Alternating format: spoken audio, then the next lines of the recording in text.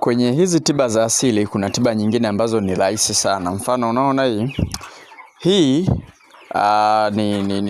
ni baking powder. Hii baking powder ni dawa nzuri sana ya mafua. Hii hapa unachukua kijiko cha chakula kama hiki hapa kimoja, unaweka kwenye maji lita 10 au kopo la maji kama hilo hapo, ulile pale, unaweka kijiko kimoja, unawapa kuku wako siku 3 mfululizo, wanapona vizuri kabisa mafua. Hii ni dawa rahisi sana hii hapa, inatibu vizuri sana kuku. Ukitaka kupata mafunzo zaidi kuhusiana na ufugaji wa kuku, tiba za asili, sisi tunavyo vitabu lakini ambavyo vipo katika mfumo wa soft copy, lakini pia tuna kundi la WhatsApp. Vitabu vyetu ni shilingi 10,000 na kujiunga na kundi letu ada yake ni shilingi 8,000.